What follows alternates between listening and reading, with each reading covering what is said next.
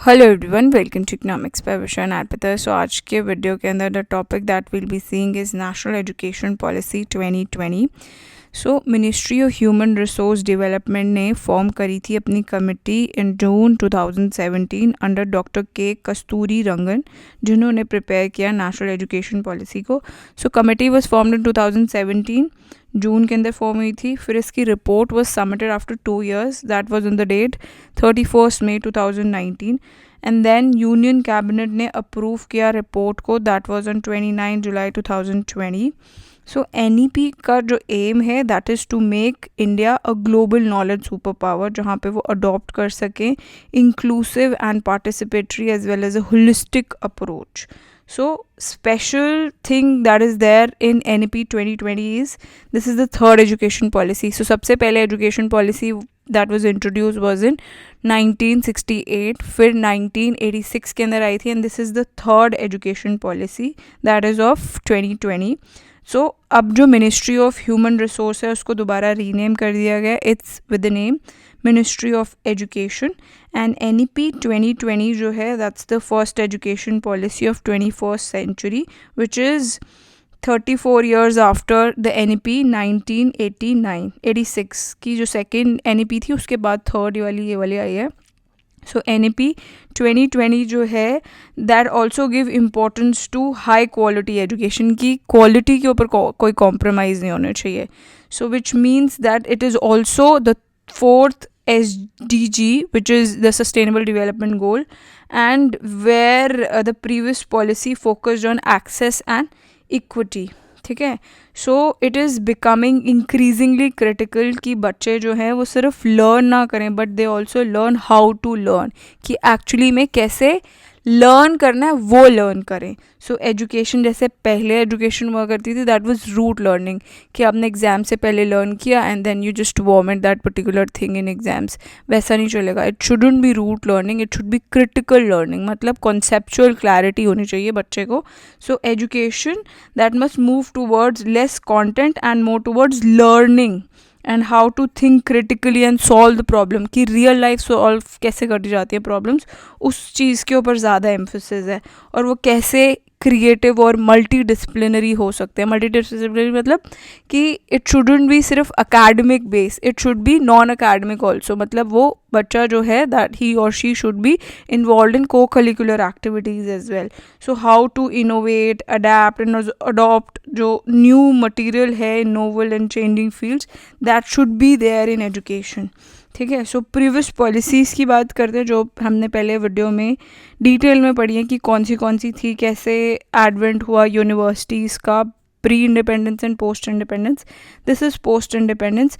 So university education commission जो थी that was formed in 1948 under the chairmanship of doctor Radha Krishnan. Secondary education commission जो थी that was formed in 1952 under doctor Mudaliar. फिर education national development report आई 1964 के अंदर, that was under doctor TS Kothari. फिर first education policy जो कि पास हुई थी पार्लियामेंट के अंदर, that was the first education policy जो पास हुई थी, दैट वाज 1968 की पास हुई थी। फिर 42nd अमेंडमेंट आई थी 1976 के अंदर, जहाँ पे एजुकेशन को जो है that was included in the concurrent list. पहले सारी एजुकेशन की responsibility was in the hands of state, बाद में एजुकेशन को जो है that was included in concurrent list. So second national education policy जो थी दैट केम इन 1986।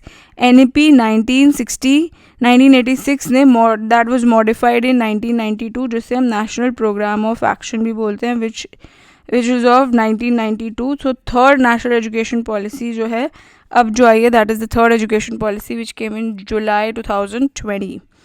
सो अब इसके कुछ फंडामेंटल्स देख लेते हैं। The fundamental principles of the new education policy 2020 कि there should be community participation.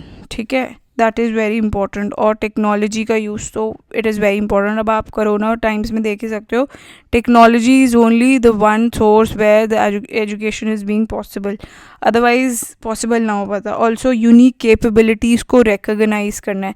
हर एक स्टूडेंट की यूनिक कैपेबिलिटीज़ होती हैं, उसको that has to be recognise by the teachers as well as the parents, and that should be focused more for each student. That is the fundamental principle of new education policy. Also conceptual understanding के ऊपर focus ज़्यादा उसके ऊपर बात करी गई है। मतलब you don't have to go for rote learning, रट्टाफाई नहीं करना चीज़ों को, you have to understand, that is there. और critical thinking, creativity and continuous review जो है, that is the fundamental principle of new education policy. Equity होनी चाहिए, inclusion as the cornerstone of all the education decision, that is also the principle of the new education policy. So respect करना चाहिए for all the diversity and local context, that is also the fundamental principle of new education policy. बाकी इसे दोबारा से detail में बताया गया है कि रिकग्नाइज करना है, आइडेंटिफाई करना है और फॉस्टर करना है हर एक इंडिविजुअल, हर एक स्टूडेंट की यूनिक कैपेबिलिटीज़ को, जो कि समझना चाहिए हर एक स्टूडेंट और पेरेंट्स, हर स्टूडेंट के पेरेंट्स और टीचर्स को, कि वो प्रमोट कर सकें एक स्टूडेंट की होलिस्टिक डेवलपमेंट, ना तो सिर्फ अकेडमिक, दोनों ही, academic as well as non-academic spheres के अंदर. So it is the highest priority जिसमें अचीव कर सकते हैं. According to the highest priority of achieving जो फाउंडेशन लिटरेसी है वो होनी चाहिए numeracy by all students by grade 3, कि ग्रेड 3 तक आते आते हर एक इंडिविजुअल को बेसिक फाउंडेशन लिटरेसी होनी चाहिए, ABC. He should be able to identify all those things. Numeracy होनी चाहिए, उसकी proper foundation should be build up, that is there. और फ्लेक्सिबिलिटी, ये चीज़ है कि there should be flexibility also. They told कि 10 days का बैगलेस डेज रहेंगे, they don't have to carry their bags to the schools. उसमें they have also, that is flexibility. और कोई हार्ड सेपरेशन नहीं होगी between subject curricula and extra curricular activities के बीच में सेपरेशन नहीं होगी. Emphasis should be on conceptual understanding rather than rote learning. Rote learning से ज़्यादा कंसेप्चुअल अंडरस्टैंडिंग होनी चाहिए and learning for exams, that is the main emphasis. ठीक है. बाकी मल्टी डिसिप्लिनरी एजुकेशन होनी चाहिए, कि ना तो सिर्फ अकेडमिक के ऊपर बट ऑल्सो नॉन अकेडमिक, जैसे कि को करिकुलर एक्टिविटीज़ के ऊपर काफ़ी ज़्यादा एम्फोसिस होना चाहिए. They should also promote multi linguism and the power of language in teaching and learning. Conceptual understanding के ऊपर कुछ ज़्यादा फोकस किया हुआ है कि रूट लर्निंग नहीं होनी चाहिए, रट्टाफिकेशन नहीं होनी चाहिए. There should be conceptual understanding of each and every concept that a student is learning. Next is creativity and critical thinking के ऊपर फोकस किया गया, which was missing in the previous education policies. So that is there. Ethnic and human and the constitutional values को काफ़ी importance दी गई है, that should B इंकलकेटेड. और life skills जैसे कि communication, cooperation, team work, resilience, ये चीज़ें भी सिखाई जानी चाहिए, which is very relevant in the real world. So team work के बगैर तो वैसे भी कोई चीज़ नहीं होती है. सो ये कुछ ऐसे लाइफ स्किल्स हैं, they should be taught from the school level.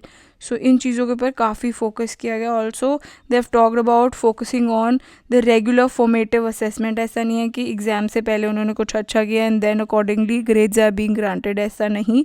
पूरे साल के असेसमेंट होगा, on the basis of that assessment किया जाएगा. Also extensive use of technology, ये तो this is the most highlighted thing, कि टेक्नोलॉजी का यूज़ ज़्यादा होना चाहिए rather than chalk and talk. That is important, but technology से क्या होता है, अगर आप वीडियोस दिखाते हो स्टूडेंट्स को ड्यूरिंग द क्लास सेशंस, तो उससे स्टूडेंट के दिमाग में ज़्यादा चीज़ें जाती हैं. That is very important.